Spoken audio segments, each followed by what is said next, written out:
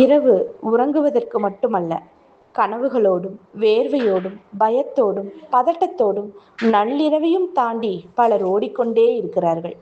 நடுஜாமத்தில் பெரும் சாலையின் நடுவே கண்ணயர்ந்து போகக்கூடாது என வாகனம் ஓட்டி வருபவருக்கு கண்ணை கசக்கியபடி தேநீர் தருபவன், சாலை பார்த்து கொண்டு வாழ்க்கை சக்கரத்தினை தனது இரு கரங்களில் ஓட்டிச் செல்பவன், சிறு வெளிச்சத்தில் இன்வாய்ஸ் எழுதுபவன், பகல் நேர நும்பலங்களுக்கு தீர்வாக அரசாங்க வழி நிவாரணி அருந்தியவன், இரவு நேரத்திலும் கூட்ட நெரிசலில் தட்டு தடுமாறி உட்கார இடமின்றி பயணத்தின் துயரத்தை, உள்ள கதறலை மறந்து பூமாலை ஒரு பாவையானது.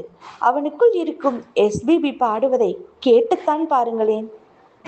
அவன் அமர்ந்து மலேசியாவை, மனோவை, ஏசுதாஸை நினைவூட்டியவனை குடிகாரன் என்று எல்லோரும் திட்டிக் கொண்டிருந்தார்கள். நடுரோட்டில் அவனை இறக்கிவிட்டார்கள், கொஞ்சமும் கவலையின்றி. பௌர்ணமி நிலவை பார்த்து பாடிக்கொண்டிருந்தான். நிலவு ரசித்து சிரித்தது, நிலவுக்கு கொடுத்து வைத்தது. இவர்களுக்கு எப்படி புரிய போகிறது? இரவு என்பது உறங்குவதற்கு மட்டும் அல்ல. தண்டவாளங்கள் பார்த்து கொள்ளலாம், தழுவிக்கொள்ள வாய்ப்பில்லை.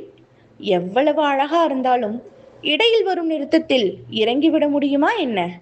புகை வண்டியில் சோகத்தை விற்பவன் அத்தனை அழுத்தக்காரனாக இருக்கிறான். அவன் விற்றதை வாங்கிவிட்டேன். எல்லா ரயிலிலிருந்தும் இறங்கத்தான் வேண்டி இருக்கிறது. மனதிற்கு யார் சொல்வது? ரயிலின் தாளம் யார் அறிவார்? எல்லா முனங்கல்களிலிருந்தும் உருவானதல்லவா? அவ்வளவு எளிதாய் கடந்து போக முடியவில்லை. ஆனாலும் போகத்தான் வேண்டியிருக்கிறது. மஞ்சள் பூசிய வானம் கருப்பு பூசிக்கொள்ளும் நேரம் வெகு தொலைவில் இல்லை. வெறுமை நிரம்பிய கோப்பையை எவ்வளவு நேரம்தான் கைகளில் வைத்திருப்பது?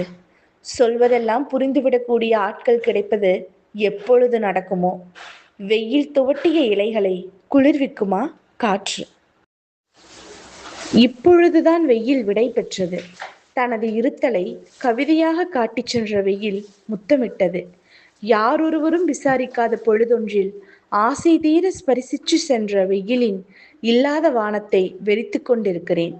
எல்லா நரம்புகளையும் ஒருங்கிணைத்து உருக அணைத்து முத்தமிட்டு செல்லும் அந்த வெயிலுக்கு கொடுப்பதற்கு என்ன இருக்கிறது என்னிடம்?